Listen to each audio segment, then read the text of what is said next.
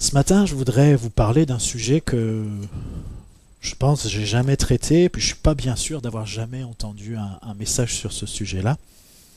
Et puis je me suis dit, enfin voilà, j'avais une idée que je crois le Seigneur avait mis sur mon cœur. Je me suis dit, je vais regarder sur Internet, je vais sûrement trouver quelque chose d'intéressant.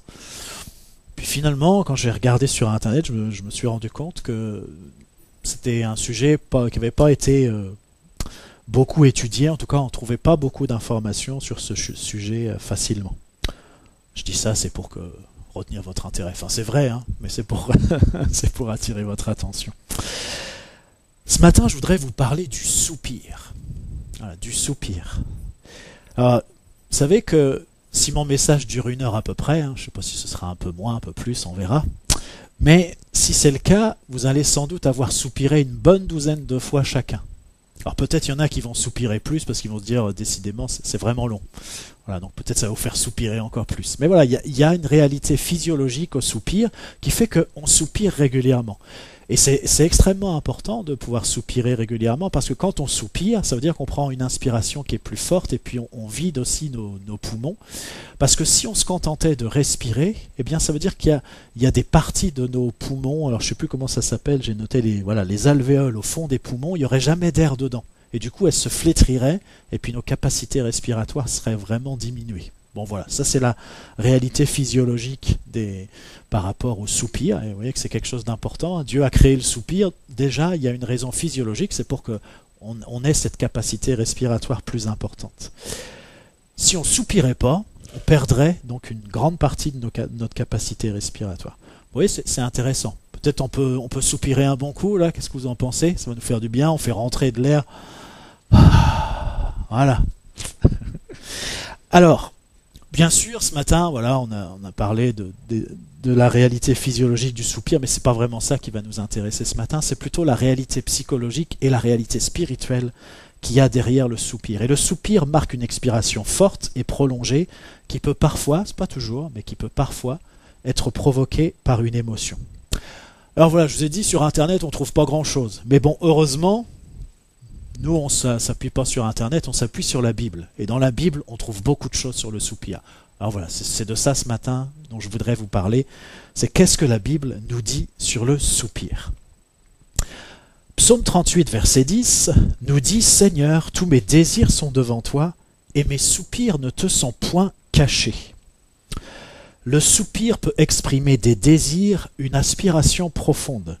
Et ici, c'est une sorte de gémissement. Alors dans la Bible, le mot soupir, souvent, pourrait aussi être traduit par gémissement. Ou quand vous avez le mot gémissement, ça pourrait être traduit par soupir. Vraiment, les deux sont ensemble. Et quand on regarde dans les détails, eh bien, il y a toute une palette de soupirs différents. C'est assez impressionnant. Voilà. Je ferme cette parenthèse, mais c'est simplement pour vous dire que, voilà, en s'appuyant sur le psaume 38, verset 10, le soupir exprime des désirs, une aspiration profonde. Et Dieu voit les soupirs, il les prend en compte. Chaque fois que nous soupirons, Dieu le voit et il prend en compte nos soupirs. Psaume 42, versets 2 et 3 nous dit « Comme une biche soupire après des courants d'eau, ainsi mon âme soupire après toi, ô Dieu, mon âme a soif de Dieu, du Dieu vivant. Quand irai-je et paraîtrai-je devant la face de Dieu ?» Le soupir traduit aussi une soif de Dieu. On pourrait dire une soif de l'être aimé. Parfois c'est Dieu, mais il y a d'autres... Voilà, quand on est amoureux, on peut soupirer aussi après l'être aimé. Et là, il y a cette image donc de la biche qui soupire après des courants d'eau. Il y a une soif de Dieu au présent, mais aussi une soif de Dieu pour le futur, une soif pour l'éternité. Et ici, c'est comme un cri, un languissement. Et vous savez, l'homme a été créé pour Dieu. L'homme, la femme ont été créés pour Dieu. Ça veut dire que même si on ne connaît pas Dieu, même si on n'a pas de relation personnelle avec Dieu, il se peut que certains de nos soupirs, certains de vos soupirs expriment cette soif de Dieu qui est là, viscéralement, au fond de vous. Même si vous n'avez pas identifié que c'est une soif de Dieu, vous savez, c'est le philosophe Pascal qui dit qu'on a en nous comme une sorte de vide en forme de Dieu. Et tant que Dieu n'est pas dans nos vies pour combler ce vide, eh bien, il y a ce vide. Et on soupire après le fait que ce vide soit rempli. Bien, c'est ça aussi que nous dit la parole de Dieu de différentes manières. Il y a une partie de nous qui aspire, qui veut connaître Dieu, qui a soif de Dieu. Et puis quand on connaît Dieu, eh bien, il y a aussi parfois cette soif qui grandit, cette soif qui se précise parce qu'on désire plus de Dieu, on désire vivre plus proche de lui, avoir une intimité plus profonde. Vous voyez, il y a cette soif de Dieu dans nos vies qui s'exprime. Le psaume 84, verset 3 nous dit aussi « Mon âme soupire et languit après les parvis de l'Éternel, mon cœur et ma chair poussent des cris vers le Dieu vivant. » Et puis dans 2 Corinthiens 5, verset 2, il est dit ainsi « Nous gémissons ou nous soupirons dans cette tente, désirant revêtir notre domicile céleste. » Vous voyez, il y a une dimension de l'éternité pour les êtres humains. Et qu'on y croit ou qu'on n'y croit pas, eh bien finalement il y a quelque chose en nous, il y a cette pensée de l'éternité que Dieu a mis dans le cœur de l'être humain, et on aspire à quelque chose qui dure, qui est éternel. Et ça fait partie aussi des choses qui s'expriment au travers des soupirs. Le psaume 63, verset 2 nous dit « Ô Dieu, tu es mon Dieu, je te cherche. Mon âme a soif de toi, mon corps soupire après toi, dans une terre aride, desséchée, sans eau. » Et ici, le soupir, il est proche d'un défaillement, une défaillance. Et remarquez que l'âme a soif, et le corps soupire. Les deux sont concernés. Il y a vraiment une implication de l'âme et du corps. Le soupir implique les deux. Et puis on verra aussi un peu plus loin, on va examiner le fait que le soupir aussi implique l'esprit. Parce que peut-être vous ne le savez pas, mais la Bible enseigne que l'être humain est composé de 3 parties qui sont ensemble, l'esprit, l'âme et le corps. Et parfois on oublie ou on ignore qu'on a un esprit. Alors, on peut aussi soupirer après la parole de Dieu et le salut de Dieu ou l'accomplissement des promesses de Dieu, l'accomplissement des promesses que Dieu a pu faire pour nos vies, pour nos familles, pour l'Église, pour le pays. On peut soupirer après cet accomplissement. Par exemple, on va lire le psaume 119, on va lire les versets 131 et 174. Verset 131, « J'ouvre la bouche et je soupire, car je suis avide de tes commandements. » Et le verset 174 nous dit « Je soupire après ton salut, ô Éternel, et ta loi fait mes délices. » Vous voyez, dans le verset 131, ça serait plutôt une respiration qui est lourde, et dans le verset 174, c'est un désir fort. Le soupir exprime la souffrance. C'est vrai, quand on souffre, eh bien, on a tendance aussi à soupirer. Jérémie 45, verset 3 nous dit « Tu dis malheur à moi, car l'Éternel ajoute le chagrin à ma douleur. Je m'épuise en soupirant, et je ne trouve point de repos. » Et puis Job écrit, Job 3, verset 24, « Mes soupirs sont ma nourriture, et mes cris se répandent comme l'eau. » Et ici, vous voyez, le soupir, c'est ce que je vous disais tout à l'heure, c'est aussi une sorte de gémissement. Le soupir peut encore exprimer la détresse, le désespoir, l'abattement. Jérémie 4, verset 31, « Car j'entends des cris comme ceux d'une femme en travail, des cris d'angoisse, comme dans un premier enfantement. C'est la voix de la fille de Sion. Elle soupire, elle étend ses mains. Malheureuse que je suis, je succombe sous mes meurtriers. » Et vous voyez, ici, c'est comme une respiration qui est saccadée, qui est difficile, qui se fait par bouffée. Vous savez, la mort elle-même, quand quelqu'un est mort, on dit, voilà, il a rendu son dernier soupir. C'est un peu comme si on rendait l'esprit qui nous a été donné, le souffle qui nous a été communiqué par Dieu.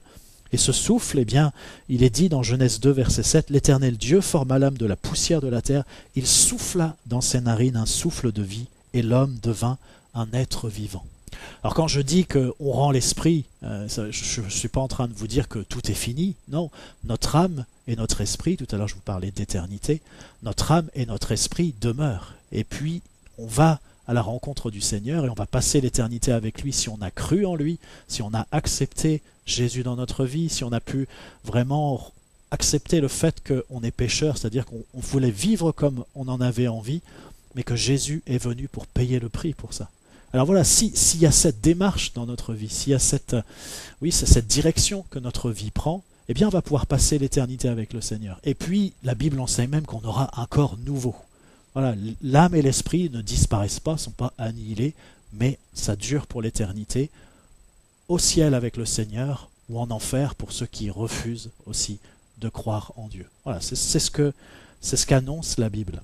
Et c'est important qu'on soit au clair avec ces choses-là. Alors voilà, la mort elle-même est désignée comme le dernier soupir. Encore quelque chose qui nous fait soupirer, c'est le péché. Le péché, le poids du péché aussi peut susciter des soupirs.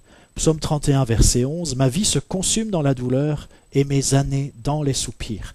Ma force est épuisée à cause de mon iniquité, de mon péché, et mes os dépérissent. » Et puis dans Lamentation 1, verset 8, il est dit « Jérusalem a multiplié ses péchés, c'est pourquoi elle est un objet d'aversion. Tous ceux qui l'honoraient la méprisent en voyant sa nudité. Elle-même soupire et détourne la face. » Encore quelque chose que le soupir peut exprimer, c'est une certaine nostalgie. Ésaïe 26, verset 8, et puis le début du verset 9. « Aussi nous t'attendons, ô Éternel, sur la voie de tes jugements. Notre âme soupire après ton nom et après ton souvenir. Mon âme te désire pendant la nuit, et mon esprit te cherche au-dedans de moi. » Et vous voyez, c'est un verset de l'Ancien Testament, mais il est quand même question de cet esprit qui cherche Dieu au-dedans de nous. Nous avons un esprit, et cet esprit, eh bien, il se peut qu'au-dedans de nous, il cherche Dieu. Là, c'est pas dit que c'est quelque chose d'extérieur, c'est quelque chose d'intérieur. Voilà. Un esprit qui cherche Dieu à l'intérieur de l'homme lui-même. Et ici, le soupir désigne une attente profonde du cœur. Et enfin, quelque chose qui est assez intéressant, je trouve, c'est que le soupir permet une sorte de repérage, de sélection, de marquage. On trouve ça dans Ézéchiel 9, verset 4. Il est dit, l'Éternel lui dit, « Passe au milieu de la ville, au milieu de Jérusalem, et fais une marque sur le front des hommes qui soupirent et qui gémissent à cause de toutes les abominations qui s'y commettent. » Et vous voyez, c'est assez intéressant. Ça veut dire que Dieu repère les personnes qui soupirent, qui gémissent après ce qui se passe pour la ville, ce qui se passe pour le pays, et qui sont troublés par ça, et qui intercèdent pour ça, et qui s'humilient pour ça. Dieu les repère. Et on voit que, alors que dans ce passage, c'est un moment de jugement, eh bien ceux qui ont cette attitude de soupirer par rapport à ce qui se passe, et de faire monter vers Dieu quelque chose qui vient du plus profond d'eux-mêmes, eh bien ceux-là sont repérés par le Seigneur comme n'étant pas touchés par le jugement. Et aujourd'hui encore, je crois que Dieu fait une marque sur ceux qui soupirent et qui gémissent à cause de toutes les abominations qui sont commises. Alors voilà, on a une énumération peut-être un petit peu longue, vous avez peut-être soupiré pendant cette énumération, mais fatalement vous avez soupiré. J'aimerais vous faire quand même remarquer quelque chose. C'est que la plupart du temps, nous ne prêtons aucune attention à nos soupirs. C'est-à-dire, si je vous demande, mais est-ce que tu soupires, est-ce que vous soupirez? Vous allez dire, je sais pas. On ne prête pas attention à nos soupirs. Nous ne nous rendons même pas compte que nous soupirons. Et pourtant, le soupir est une caractéristique tout à fait essentielle de ce qu'est un être humain, une dimension tout particulièrement significative pour nous les êtres humains. Et j'aimerais ce matin vous inviter à considérer vos soupirs, à considérer ce qu'ils peuvent vous apprendre, vous enseigner. Je voudrais qu'on puisse faire ça ensemble ce matin. Et bien sûr, ce qu'on va faire ce matin, eh bien, c'est pas juste pour ce matin, c'est aussi pour la suite. Alors peut-être vous vous dites, avec la liste que je vous ai proposée, peut-être vous vous dites, bon voilà, finalement soupir c'est synonyme de souffrance, de tristesse, de poids, de fardeau, de gémissement. Alors peut-être que vous dites, c'est peut-être pas si intéressant que ça, qu'on y fasse attention. Ça risque de pas nous arranger. Je ne sais pas si peut-être vous avez pu penser comme ça. C'est vrai, mais je voudrais vous inviter à considérer une autre facette du soupir ô combien importante et qui est contenue aussi dans tout ce que je vous ai indiqué dans la parole. C'est que le soupir exprime ce qu'il y a de plus important, de plus essentiel dans l'être humain. Ses aspirations les plus profondes, ses désirs les plus intimes, ses attentes, ses espérances. Il nous renseigne chacun sur ce qui est le plus important pour nous. Il nous indique même qui nous sommes et même nous renseigne ou nous enseigne sur ce pourquoi nous sommes faits. Et j'irai même jusqu'à dire, et peu importe ce que je dis, mais je vais vous le montrer après avec la parole, j'irai même jusqu'à dire qu'au travers de nos soupirs, Dieu nous parle. Il veut nous diriger, nous indiquer pourquoi nous sommes faits, quel est notre appel, notre destinée, et quelle est la tâche qu'il veut nous confier. Alors, imaginez si vraiment c'est le cas, si vraiment on peut identifier ces choses-là au travers de nos soupirs, alors moi j'ai envie de vous dire, mais oui, c'est effectivement important qu'on ne néglige pas nos soupirs et qu'on soit attentif aussi à nos soupirs, aux enseignements et aux directions qu'ils contiennent. Lorsque vous soupirez, je vous invite à vous arrêter lorsque vous vous en rendez compte. On fait ça naturellement, on ne s'en rend pas compte. Mais si on est sensibilisé au sujet, il se peut qu'on ait une attention plus particulière qui va faire que lorsqu'on va soupirer, on va s'arrêter, on va dire, mais tiens, je viens de soupirer là, qu'est-ce qui se passe? Alors je vous invite à vous arrêter et à essayer d'examiner ce qui anime ce soupir, ce qu'il contient. Quels sont les mots peut-être qui peuvent vous venir, quelles sont les émotions, quels sont les ressentis qui accompagnent ce soupir. Et alors, vous arriverez certainement pas à identifier de manière très précise et à dire de manière très précise tout ce qu'il y a dans ce soupir, mais vous allez quand même y découvrir des choses qui sont intéressantes et qui sont surprenantes, des choses qui vous animent, et peut-être vous ne saviez même pas que ces choses-là étaient en vous, faisaient partie de vous. Et même peut-être il y a des choses qui vous remplissent et qui vous submergent et vous ne le saviez même pas. Il se pourrait, voilà, je l'ai noté comme ça, je vous le lis, il se pourrait que vous soyez directement en contact avec le cœur de Dieu, avec ce qu'il veut partager avec vous, avec ce à quoi il vous appelle. Il se pourrait que cela produise un nouvel essor pour votre vie, que votre vie de prière en soit changée et qu'une amplitude nouvelle lui soit donnée. Il se pourrait que votre louange et votre adoration en soient véritablement métamorphosée. Alors qu'est-ce qui peut se passer? Je vous donne quelques exemples qui sont plutôt personnels, mais je crois que ça peut correspondre à ce que chacun d'entre nous peut vivre. Qu'est-ce qui peut se passer si on s'arrête sur nos soupirs et si on essaie d'identifier ce qui se passe? Peut-être que vous allez vous rendre compte que dans ce soupir, eh bien, il y a un fardeau, par exemple pour le pays. Et ce fardeau pour le pays, même si vous ne l'identifiez pas de manière très précise, eh bien dans ce fardeau, dans ce soupir, il y a quand même une direction pour faire monter quelque chose vers Dieu, pour peut-être formuler une prière, pour adresser une requête au Seigneur. Ce soupir peut vous indiquer cela. Peut-être le soupir va vous indiquer que il y a quelque chose qui vous pèse, quelque chose qui vous stresse, vous n'en aviez aucune conscience, vous n'en étiez pas rendu compte. Mais finalement, quand vous arrêtez sur votre soupir, vous dites, mais attendez, là, il y a quelque chose qui ne va pas, il y a quelque chose qui me pèse, qu'est-ce que c'est? Et moi, ça m'est arrivé beaucoup de fois, je me souviens, je ne me rendais pas compte que j'étais quelqu'un de stressé. Mais des fois, certaines personnes ou certaines indications m'ont donné à penser que c'était le cas. Mais je ne m'en rendais pas compte. Mais finalement, quand je voyais que certains soupirs s'exprimaient au travers de moi, je me disais, mais il se passe quoi? Et finalement, souvent dans ces soupirs, j'arrivais à identifier ce qui me pesait, ce qui était compliqué pour moi. Et le Seigneur me le montrait par ce moyen-là. On peut aussi identifier quelque chose qui attriste Dieu. Il se peut qu'on n'ait pas conscience d'avoir fait quelque chose ou d'avoir avoir choisi une certaine direction ou avoir fait un certain choix qui finalement ne correspond pas à la volonté de Dieu. Et il y a quelque chose qui pèse sur nous, qui va aussi s'exprimer au travers des soupirs. Ce qui va s'exprimer au travers du soupir, c'est qu'on a attristé le Seigneur. Et ce soupir peut nous renseigner sur ça.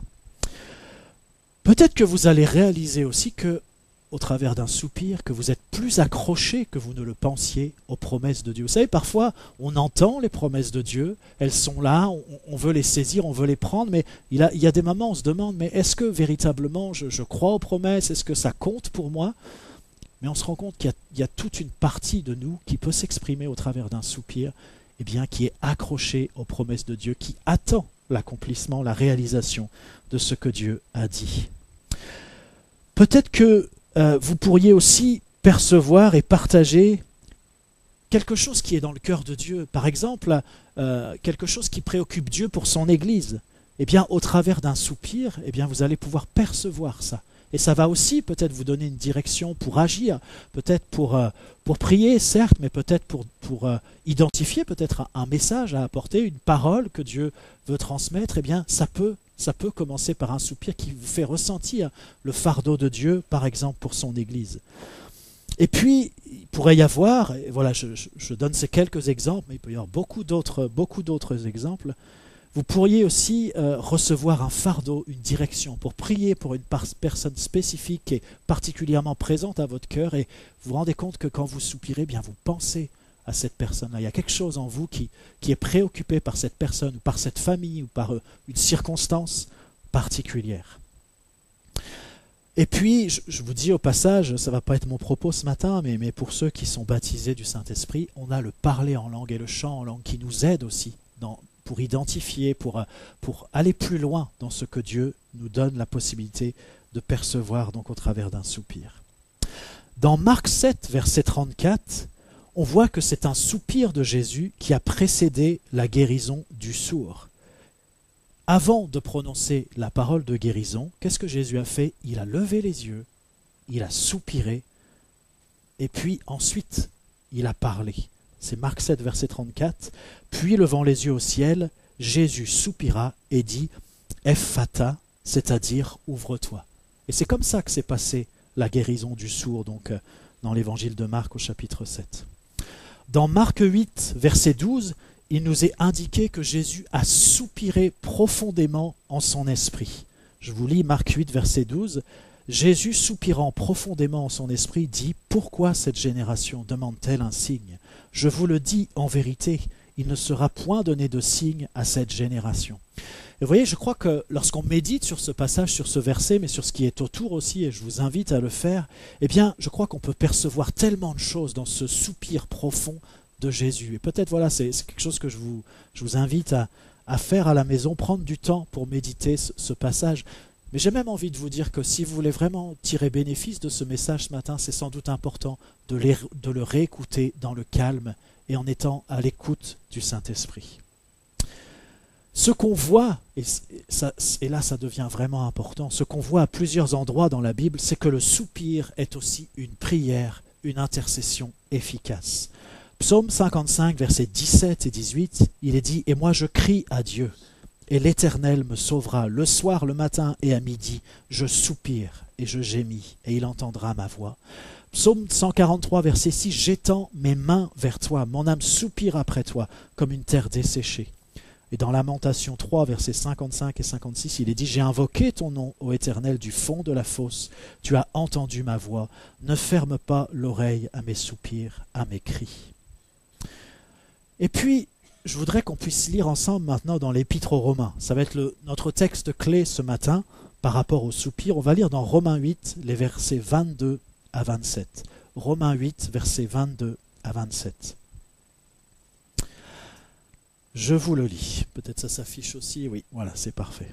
« Or nous savons que jusqu'à ce jour, la création tout entière soupire et souffre les douleurs de l'enfantement. Et ce n'est pas elle seulement, mais nous aussi, qui avons les prémices de l'Esprit, nous aussi, nous soupirons en nous-mêmes en attendant l'adoption, la rédemption de notre corps. Car c'est en espérance que nous sommes sauvés. Or l'espérance qu'on voit n'est plus espérance, ce qu'on voit peut-on l'espérer encore? Mais si nous espérons ce que nous ne voyons pas, nous l'attendons avec persévérance. De même aussi l'Esprit nous aide dans notre faiblesse, car nous ne savons pas ce qu'il convient de demander dans nos prières, mais l'Esprit lui-même intercède par des soupirs inexprimables. Et celui qui sonde les cœurs connaît quelle est la pensée de l'Esprit, parce que c'est selon Dieu qu'il intercède en faveur des saints. » Et alors, ce qu'on voit dans ce passage, c'est qu'il y a trois sortes de soupirs différents. Et on va regarder quelles sont ces trois sortes de soupirs, mais ça nous donne à penser que le soupir est partout. Parce que la première sorte de soupir, c'est le soupir de la création. Il nous est dit que la création soupire. Ça, c'est au verset 22. Et puis, il nous est dit que les êtres humains aussi soupirent. Nous soupirons en nous-mêmes. C'est le verset 23. Et puis, il nous est dit aussi que l'esprit soupire. Vous voyez, c'est très intéressant. La nature soupire, les êtres humains soupirent, et l'esprit lui-même soupire. Vous voyez à quel point c'est une réalité qui est importante et qui comprend presque la totalité de ce que nous pouvons connaître. Alors, ce qui va retenir notre attention, c'est les soupirs de l'esprit. Que nous est-il dit concernant ces soupirs de l'Esprit, c'est-à-dire de l'Esprit de Dieu en nous? Donc ça, c'est le verset 26. Voilà ce qui nous est dit, nous sommes faibles et nous ne savons pas ce qu'il convient de demander dans nos prières. Voilà, ça c'est un constat qui nous concerne tous. Mais il nous est dit que l'Esprit nous aide. Et voyez, ce n'est pas qu'on ne veut pas prier. Et parfois, vous savez, on a un sujet de prière et on est comme ennuyé parce qu'on ne sait pas comment prier. On ne sait pas quelle est la pensée de Dieu, dans quelle direction le Seigneur voudrait qu'on prie. Vous savez, on peut être confronté à deux situations qui en apparence sont identiques et la manière dont Dieu va nous conduire à prier sera différente. Alors voilà, nous ne savons pas comment prier. Nous désirons prier, mais nous ne savons pas comment le faire. Parce qu'on ne sait pas. Mais encore une fois, l'Esprit nous aide. Alors comment nous aide-t-il? Eh bien, il est dit que l'Esprit, Saint-Esprit, intercède lui-même pour nous. Comment est-ce qu'il fait ça? Comment est-ce que l'Esprit intercède lui-même pour nous? Eh bien, il le fait par des soupirs inexprimables. Ça veut dire quoi? Ça veut dire que ce que nous ne savons pas exprimer, eh bien, l'Esprit, Saint-Esprit, va l'exprimer pour nous par des soupirs inexprimables. Alors, je ne sais pas si on comprend bien ce qui est écrit, mais ça veut dire que nos soupirs, les soupirs que l'Esprit suscite en nous, eh bien, sont une intercession de l'Esprit au travers de nous. Voyez, nos soupirs sont une prière, sont une intercession. Et notre collaboration, donc à cette intercession de l'Esprit, eh bien, ce sont nos soupirs. Alors, si nous portons notre attention sur ces soupirs, comme je vous y invite ce matin, sur nos soupirs, alors nous portons directement, dans ces cas-là, je ne vous dis pas que tous les soupirs sont comme ça, mais il y a une bonne partie de nos soupirs qui sont comme ça lorsqu'on est chrétien et rempli de l'Esprit de Dieu. Si on porte directement notre attention sur l'intercession que l'Esprit adresse au Père au travers de nous, eh bien, j'aimerais vous dire que ce n'est pas parce qu'il nous est dit que ces soupirs sont inexprimables. Inexprimables, ça veut dire qu'on ne va pas pouvoir comprendre en totalité ce que ces soupirs signifient. On ne va pas pouvoir l'exprimer avec des mots ou avec d'autres moyens de communication. Mais ça ne veut pas dire qu'on ne peut rien en saisir, qu'on ne peut rien en comprendre, qu'on ne peut pas mettre quelques mots sur ces soupirs inexprimables. Voilà, la manière dont on pourrait essayer d'exprimer, ce serait insuffisant, ce serait incomplet. Mais cependant, il est possible de saisir au moins une part de ce qui se passe en nous, avec nous, dans cette collaboration avec le Saint-Esprit. Et je vous renvoie donc aux quelques exemples que j'ai pu vous donner précédemment. C'est lorsqu'on s'arrête, c'est lorsque je me suis arrêté sur mes soupirs que j'ai identifié des choses que j'ignorais ou dont je n'avais pas une conscience importante. Alors voilà, lorsque vous soupirez, je veux vous inviter à examiner ce qui se passe en vous, avec vous, afin de saisir au moins une partie de la pensée de l'Esprit. Oui, nous pouvons avoir l'assurance que c'est selon Dieu, c'est ce que le texte nous dit, c'est selon Dieu que l'Esprit intercède en faveur des saints. Oui, c'est évident que l'Esprit de Dieu sait quelle est la volonté de Dieu, et l'Esprit de Dieu va nous conduire dans une intercession qui est conforme à la volonté de Dieu. La connaissance de la pensée de l'Esprit nous renseigne et nous enseigne concernant la volonté de Dieu et l'accomplissement de ses desseins. Oui, nous sommes appelés, et je crois que c'est ça qui est important, c'est qu'on est appelé à accentuer, à approfondir notre collaboration avec Dieu, avec l'Esprit de Dieu. Vous savez, ici, ce que Dieu fait, c'est qu'il suscite un peuple de l'Esprit. Et parce qu'il suscite un peuple de l'Esprit, eh bien, il faut que notre collaboration avec Saint-Esprit, avec l'Esprit de Dieu qui est en nous, eh bien, se développe. C'est ça qui est vraiment important. Et je vous lis aussi 1 Corinthiens 2, versets 9 à 13. C'est un passage aussi vraiment, vraiment fort, vraiment puissant, je trouve. Voilà ce qui est dit. Mais comme il est écrit, ce sont des choses que l'œil n'a point vues, que l'oreille n'a point entendu, c'est de ça qu'on parle, des choses que l'œil n'a point vues, que l'oreille n'a point entendues, et qui ne sont point montées au cœur de l'homme. C'est-à-dire, ce n'est pas des choses humaines, mais ce sont des choses que Dieu a préparées pour ceux qui l'aiment.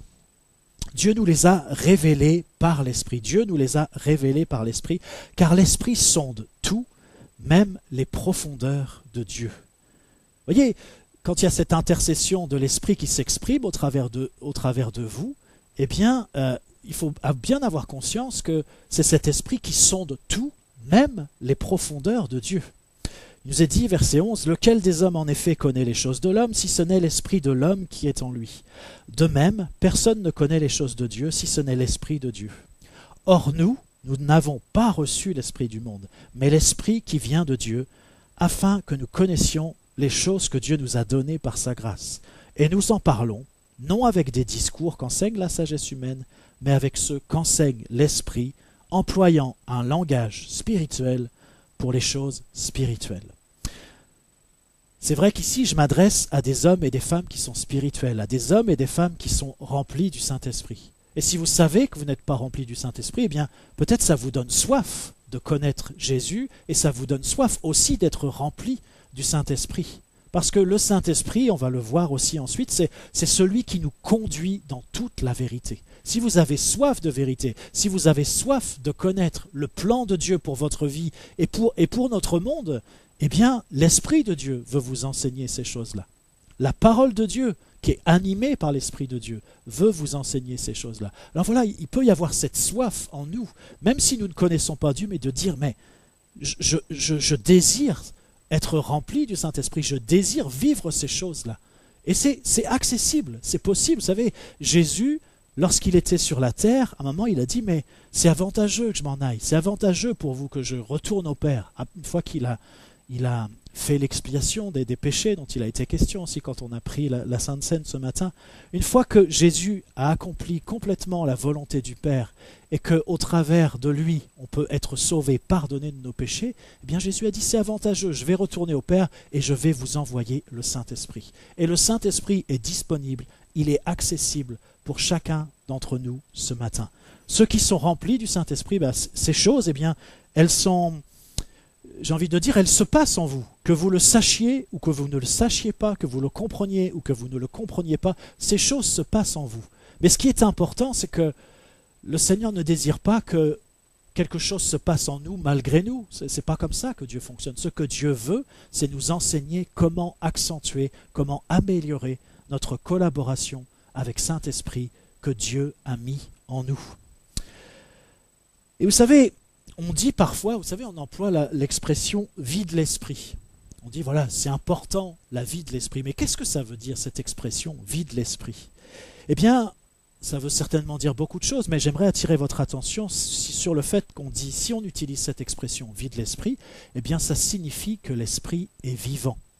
Et si l'esprit est vivant, et si l'esprit est vivant en toi, ce que ça signifie, ça veut dire que l'esprit s'exprime.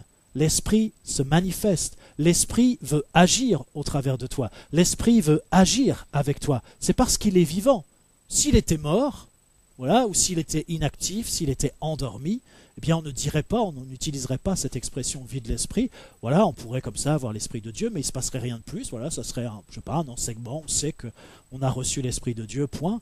Mais si l'Esprit de Dieu est en nous, et s'il y a une vie de l'Esprit en nous, et si Dieu nous a créés avec un esprit qui peut recevoir son esprit, eh bien c'est bien parce que cet esprit s'exprime, cet esprit veut se manifester, se manifeste, et c'est à nous d'apprendre à accentuer cette collaboration et à repérer ce qui se passe pour que nous puissions vraiment être des collaborateurs avec Dieu. Vous savez, je le redis, nous ne savons pas, la plupart du temps nous ne savons pas, si ce n'est toujours, quelle est la volonté de Dieu, quelle est la direction que Dieu veut nous donner. Nous pouvons croire avec des bons principes, des bons enseignements que nous savons, mais ce n'est pas réel. Nous avons toujours besoin que l'Esprit de Dieu nous enseigne avec la parole de Dieu pour savoir où nous devons aller et ce que nous devons faire et ce que nous devons dire ou ne pas dire. Et ça, eh bien, il faut que cette collaboration doit se développer en nous, elle doit s'accentuer. Alors, voilà, les soupirs, c'est l'un des moyens de cette expression et de cette manifestation de l'Esprit en nous et de cette demande. C'est comme une demande de collaboration. C'est comme si, voilà, ce soupir inexprimable, eh bien, c'est comme une invitation du Saint-Esprit qui nous dit, mais est-ce qu'on peut collaborer ensemble dans la volonté de Dieu ? Dieu nous révèle les choses, c'est ce que nous venons de lire. Comment est-ce qu'il le fait ? Il le fait par son esprit. Cet esprit qui sonde tout, même les profondeurs de Dieu. Et comme je l'ai dit, ce n'est pas des choses qu'on a entendues, ce n'est pas des choses que l'oreille a entendues, des choses que l'œil a vues, ce n'est pas des choses humaines, mais c'est des choses qui viennent directement du cœur de Dieu, que Dieu a préparées pour ceux qui l'aiment, c'est-à-dire pour nous, pour ceux qui veulent marcher dans ses voies. Et je relis simplement ces deux versets, 1 Corinthiens 2, versets 12 et 13. « Or nous n'avons pas reçu l'esprit du monde, mais l'esprit qui vient de Dieu, afin que nous connaissions les choses que Dieu nous a données par sa grâce. Et nous en parlons, non avec des discours qu'enseigne la sagesse humaine, mais avec ce qu'enseigne l'esprit, employant un langage spirituel pour les choses spirituelles. » Alors, je voudrais encore faire quelque chose, parce que je ne veux pas, je veux pas rater une occasion de permettre que votre compréhension puisse grandir et que notre esprit puisse aussi s'élargir, que notre esprit puisse s'ouvrir. Et je voudrais attirer votre attention sur le fait que le moyen privilégié que le Saint-Esprit utilise, eh bien, c'est la parole. Plus encore que les soupirs, c'est la parole. Alors bien sûr, je ne vais pas faire un message avec la parole, je voudrais simplement donner quelques considérations et je vous renvoie vers d'autres messages qui ont déjà été donnés dans cette église. Mais j'aimerais attirer votre attention sur le fait que ce que nous venons d'expliquer concernant les soupirs, eh bien, avec la parole, ça fonctionne de la même manière. Ça fonctionne à peu près de la même manière. C'est-à-dire, c'est de la même manière que les soupirs qui passent de notre esprit à notre corps. La parole aussi, elle fait ce chemin-là, la parole de Dieu. La parole de Dieu s'exprime et se manifeste en nous par l'esprit, dans nos pensées, et cherche à se concrétiser au travers de notre bouche, de notre corps. Et je vous lis, je l'ai déjà mentionné tout à l'heure, mais un passage tellement important sur le rôle du Saint-Esprit. Jean 16, versets 12 à 15. C'est Jésus qui parle, il dit, voilà, j'ai encore beaucoup de choses à vous dire, mais vous ne pouvez pas les porter maintenant. Quand le Consolateur sera venu, l'Esprit de vérité, il vous conduira dans toute la vérité, car il ne parlera pas de lui-même, mais il dira tout ce qu'il aura entendu, et il vous annoncera les choses à venir. Il me glorifiera parce qu'il prendra de ce qui est à moi et vous l'annoncera. Tout ce que le Père a est à moi, c'est pourquoi j'ai dit qu'il prend de ce qui est à moi et qu'il vous l'annoncera. Et voyez, le rôle du Saint-Esprit, c'est de prendre ce qui est au Père et ce qui est à Jésus, c'est la même chose, Jésus nous l'enseigne, pour nous le donner, au moment où on est en capacité de le recevoir. Le Saint-Esprit, il prend, il nous amène, il nous communique ce qu'il a entendu, ce qui vient du Père, ce qui vient du cœur de Dieu, ce qui vient de Jésus. Et le Saint-Esprit, il n'est pas là pour parler de lui-même, mais il est là pour nous enseigner la voie que le Seigneur désire nous voir suivre. Maintenant, où est-ce que le Saint-Esprit nous parle et nous annonce les choses à venir, puisque c'est son rôle aussi de nous annoncer les choses à venir? Eh bien, où est-ce que ça se passe? Eh bien, ça se passe dans l'Esprit, ça se passe par l'Esprit dans nos pensées. Et voyez, même lorsque Dieu utilise quelque chose d'extérieur, par exemple peut-être comme un message que vous entendez, comme ce matin, ou vous regardez une vidéo, même si Dieu utilise ça pour vous parler, eh bien, ce qui fait que ça retient votre attention, eh bien, c'est l'Esprit de Dieu qui est en vous, qui fait que votre attention est captée, est attirée par quelque chose, même si ça vient de l'extérieur. Ça veut dire que, de toute façon, eh bien, c'est une action de l'Esprit qui permet que nous recevions, que nous entendions et que nous vivions la parole de Dieu. Alors, je voudrais faire un tout petit rappel, parce que je pense que souvent on n'est pas au clair là-dessus. Je voudrais quand même vous redire que, bibliquement parlant, le siège de nos pensées, ce n'est pas notre cerveau. On est tellement convaincu que c'est notre cerveau qu'on se dit, quand on pense, oui, que c'est là que ça se passe. Mais ce n'est pas là que ça se passe. Le siège de nos pensées, c'est le cœur. Alors, ça ne veut pas dire que c'est là, mais c'est la réalité de l'être humain, le cœur de l'être humain. Là, c'est là où sont ses pensées et ses émotions, sa volonté, c'est dans le cœur. Et c'est important que nous puissions comprendre ça, parce que la Bible nous enseigne que ce qui est le plus important pour nous, c'est de veiller sur notre cœur. On a ça dans Proverbe 4, verset 23. « Garde ton cœur plus que toute autre chose, car de lui viennent les sources de la vie. » Et vous voyez, c'est tellement important, parce que ce qui se passe le plus souvent avec la parole de Dieu, mais c'est exactement la même chose qu'avec les soupirs. De la même manière que nous ne sommes pas attentifs, nous ne percevons pas que nous soupirons et on passe à côté de cette réalité-là, ou on peut passer à côté de cette réalité-là, et bien de la même manière, nous ne sommes pas attentifs à la parole de Dieu et nous pouvons passer à côté de cette réalité, de cette parole de Dieu qui s'exprime pourtant en nous. Et pourquoi ça se passe comme ça? Eh bien, c'est parce qu'on n'a pas appris à reconnaître la voix du Saint-Esprit. C'est parce qu'on n'a pas appris à discipliner nos pensées. Et c'est parce que finalement, on est réticent à recevoir l'éducation de la parole de Dieu. Et pourquoi je dis ça? J'aimerais qu'on puisse comprendre que Dieu veut nous éduquer. Et son objectif, effectivement, c'est cette collaboration avec le Saint-Esprit, cette collaboration spontanée, cette collaboration facile, fluide, si je puis dire.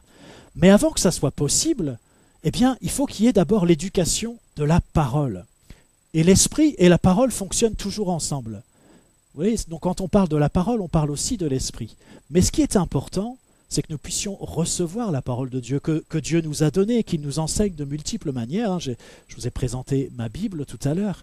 Eh bien, il y a cette éducation de la parole, c'est-à-dire qu'on doit accepter que c'est la parole qui a raison sur notre vie et on doit apprendre à se corriger, à reconnaître nos manquements, à accepter ce que Dieu nous communique en fonction de ce que la parole dit.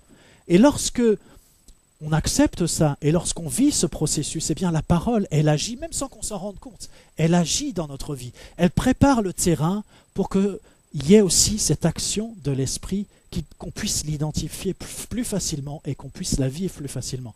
Et ce que je veux vous dire, c'est que de toute façon, dans la parole, il y a l'action de l'esprit. Et dans l'action de l'esprit, il y a aussi forcément la parole, parce que les deux fonctionnent toujours ensemble. Mais pourquoi est-ce que parfois c'est si difficile de reconnaître la voix de l'esprit? C'est parce que nous n'avons déjà pas accepté la voix de l'esprit au travers de la voix de la parole de Dieu qui nous a été adressée. Et voyez, la marche avec Dieu, la marche chrétienne, c'est aussi une éducation, c'est aussi une formation, c'est une marche de progrès en progrès.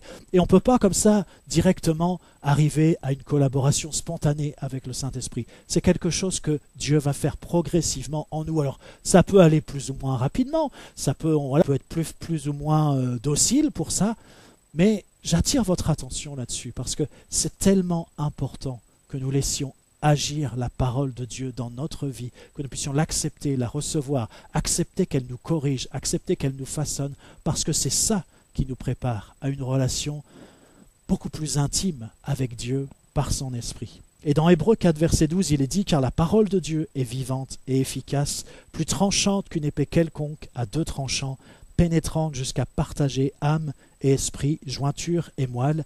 Elle juge, écoutez ça, elle juge les sentiments et les pensées du cœur. » Voilà, c'est un des versets qui nous indique que les pensées et les sentiments sont dans le cœur. Et voyez, la parole juge ce qui se passe dans notre cœur. Juge, ça ne veut pas dire c'est mal, je te condamne, etc. Non, c'est qu'il y a une lumière qui se met sur nos pensées et sur nos sentiments. Et cette lumière de la parole, cette lumière de l'esprit, eh bien, nous indique ce qui est correct, ce qui est juste, ce qui est conforme au cœur de Dieu. Et lorsque cette lumière brille, lorsque la parole brille, les choses sont rendues manifestes, eh bien, nous avons chacun un choix d'accepter, de reconnaître ou pas. Et c'est ça qui va déterminer notre progression ensuite.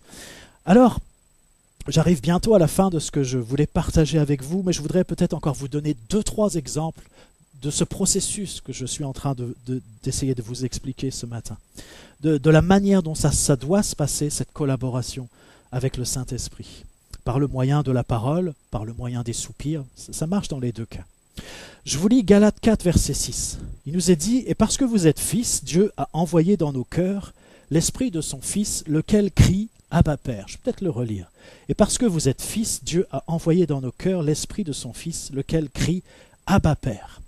Voilà, ce qui nous est dit, c'est que voilà, Dieu a envoyé dans nos cœurs l'Esprit. Et qu'est-ce que fait l'Esprit de Dieu dans nos cœurs? Eh bien, il crie. Et qu'est-ce qu'il crie? On a déjà répondu à où est-ce qu'il crie. Il crie dans nos cœurs. Et qu'est-ce qu'il crie? Eh bien, il crie « Abba Père ». Alors maintenant, moi je me dis, mais si le Saint-Esprit crie, peut-être, c'est parce qu'on n'entend pas. Sinon, on se contenterait peut-être de parler, de dire. Mais voilà, il y a besoin de crier parce que nous avons du mal à entendre, à reconnaître et accepter que nous sommes fils et filles de Dieu et que Dieu est notre Père. Alors le Saint-Esprit nous enseigne, il fait entendre en nous ce cri « Abba, Père ». Voilà. Maintenant, si on entend ce cri de l'Esprit en nous, si on reçoit ce cri de l'Esprit en nous, qu'est-ce qui va se passer? Romains 8, versets 15 et 16 nous donne la réponse. Il nous dit, vous n'avez point reçu un esprit de servitude pour être encore dans la crainte, mais vous avez reçu un esprit d'adoption par lequel nous crions, Abba, Père. L'Esprit lui-même rend témoignage à notre esprit que nous sommes enfants de Dieu. Qu'est-ce que ça veut dire? Ça veut dire que si nous entendons ce que crie l'Esprit, alors nous allons crier avec lui. Alors l'Esprit ne criera plus seul, mais nous crierons avec lui, nous serons deux ensemble en collaboration à crier, à manifester ce que Dieu est, à manifester sa parole, à manifester la réalité que Dieu est notre Père et que nous sommes fils et filles de Dieu. Vous voyez, on pourrait se dire, ah bah oui, c'est super, je suis enfant de Dieu, je vais crier Abba Père, Abba Père. Ouais, c'est bien, mais il se peut que ça soit des paroles creuses. Il faut d'abord que vous puissiez entendre l'Esprit qui crie Abba Père dans votre cœur et que vous puissiez crier avec lui, Abba Père. Vous voyez, il y a cette collaboration, c'est ensemble. Et si l'Esprit crie, c'est parce qu'il désire que nous puissions crier avec lui. Et ce cri intérieur de l'Esprit, eh bien alors va devenir un cri extérieur qui va se manifester, qui va se concrétiser. Et ça, c'est la foi. C'est la foi. Dieu nous parle et nous proclamons sa parole, nous libérons sa parole et nous vivons sa parole. C'est juste la foi. Alors, je vous lis aussi 2 Pierre 1, verset 21. 2 Pierre 1, verset 21. Car ce n'est pas par une volonté d'homme qu'une prophétie a jamais été apportée, mais c'est poussé par le Saint-Esprit que des hommes ont parlé de la part de Dieu. Je le relis, qu'on comprenne bien ce qui est écrit. Ce n'est pas par une volonté d'homme qu'une prophétie a jamais été apportée, mais c'est poussé par le Saint-Esprit que des hommes ont parlé de la part de Dieu. Lorsque les hommes parlent de la part de Dieu, c'est parce que le Saint-Esprit, c'est parce que Saint-Esprit les pousse à le faire. Mais si ils ne reconnaissent pas que l'Esprit les pousse, alors ils ne pourront pas parler. Et il en est de même aujourd'hui. Si nous ne reconnaissons pas l'expression, la manifestation, l'action de l'Esprit dans nos vies, c'est-à-dire ce que je vous disais tout à l'heure avec le mot vide, avec les mots vie de l'Esprit, alors nous ne pourrons pas parler, nous ne pourrons pas transmettre, agir. On pourra pas transmettre quoi que ce soit de la part de Dieu, parce qu'en réalité, il n'y aura pas de véritable collaboration entre nous et Saint-Esprit, entre nous et l'Esprit de Dieu. Et vous savez, je vous dis ça, ça nous concerne, ça me concerne, même tous ceux qui sont remplis du Saint-Esprit, qui sont baptisés du Saint-Esprit. C'est-à-dire que si vous êtes baptisé du Saint-Esprit, certes, vous avez l'Esprit de Dieu en vous, vous êtes remplis de l'Esprit de Dieu. Mais ça ne signifie pas qu'il y a une collaboration entre l'Esprit de Dieu qui est en vous, dans votre esprit, et puis vous-même, votre personne. Cette collaboration doit se construire. Cette collaboration doit se développer. On doit apprendre, on doit être enseigné, on doit recevoir ce qui vient de l'Esprit. Mais on peut tout à fait être rempli de l'Esprit et ne rien vivre de spirituel, être complètement ignorant de ce qu'est la vie de l'Esprit. Ça veut dire qu'on a un esprit à l'intérieur de, on a l'Esprit de Dieu à l'intérieur de nous-mêmes, qui se manifeste de plein de manières différentes, mais on est complètement étranger à ce qui se passe dans notre être intérieur, au plus profond de nous-mêmes. Et beaucoup de chrétiens vivent comme ça, en étant tout à fait étrangers à ce qui se passe à l'intérieur de vous-même, à l'intérieur d'eux-mêmes. Un dernier exemple, Romains 5, verset 5. Il nous est dit « Or, l'espérance ne trompe point, parce que l'amour de Dieu est répandu dans nos cœurs par le Saint-Esprit qui nous a été donné. » Là, j'ai dû distancer Jean-Mi, parce qu'il est... Je relis ce verset, Romains 5, verset 5. « Or, l'espérance ne trompe point, parce que l'amour de Dieu est répandu dans nos cœurs par le Saint-Esprit qui nous a été donné. » Alors, voyez, nous, on est un peuple d'espérance, on a l'espérance. Et il nous est dit dans ce verset que l'espérance ne trompe point. Voilà, on a une espérance qui ne trompe point. Mais alors, la parole le dit, ok, on a cette espérance, on peut s'appuyer sur la parole, c'est important. Mais la parole le dit, d'accord, mais cette espérance, elle vient d'où? D'où est-ce que vient cette espérance? Eh bien, il nous est dit, elle vient de l'amour de Dieu. Mais l'amour de Dieu, ok, on peut dire je suis dans l'espérance, on peut dire oui, je sais que Dieu m'aime. Mais cet amour de Dieu, eh bien, comment il se manifeste, comment il se concrétise? Eh bien, ce verset nous dit que l'amour, il s'agit de l'amour de Dieu qui est répandu où? Dans nos cœurs, c'est-à-dire au plus profond de nous-mêmes. Et je le dis au passage, mais le cœur, c'est ce qui va assurer la transition entre notre esprit et notre âme. Voyez, mais bon, je ferme la parenthèse, je vais pas vous, pour ceux qui comprennent ce que ça signifie, c'est bien. Mais le cœur, c'est tellement important que c'est là que Dieu va répandre son amour. Mais comment va-t-il répandre son amour dans notre cœur? Eh bien, c'est le Saint-Esprit qui répand cet amour dans notre cœur. Alors voilà, maintenant, on peut dire, oui, j'ai l'espérance. Qu'est-ce que je suis en train de vous dire? Je suis en train de vous dire que si tu es quelqu'un qui a reçu la parole, Cette parole qui dit que nous avons une espérance qui ne trompe point. Si tu es quelqu'un qui a reçu l'amour de Dieu, qui est répandu dans ton cœur par le Saint-Esprit, eh bien ça veut dire que oui, tu as quelque chose de solide sur lequel t'appuyer pour dire voilà, j'ai une espérance qui ne trompe pas parce que j'ai reçu l'amour de Dieu qui a été répandu dans mon cœur par le Saint-Esprit. Alors là, quand tu dis j'ai une espérance, j'ai l'espérance, eh bien là voilà une parole qui a du poids. Mais il se pourrait tout à fait que tu n'aies pas vécu ça. Peut-être tu as quand même lu ce verset, voilà, ou ces versets dans la parole qui parlent de l'espérance. Et tu dis oui, j'ai une espérance. Mais d'où est-ce que ça vient? Est-ce que tu as expérimenté? Est-ce que tu as reçu? Est-ce que tu as vécu? Est-ce que tu t'es connecté avec cet amour de Dieu qui est répandu dans ton cœur par le Saint-Esprit?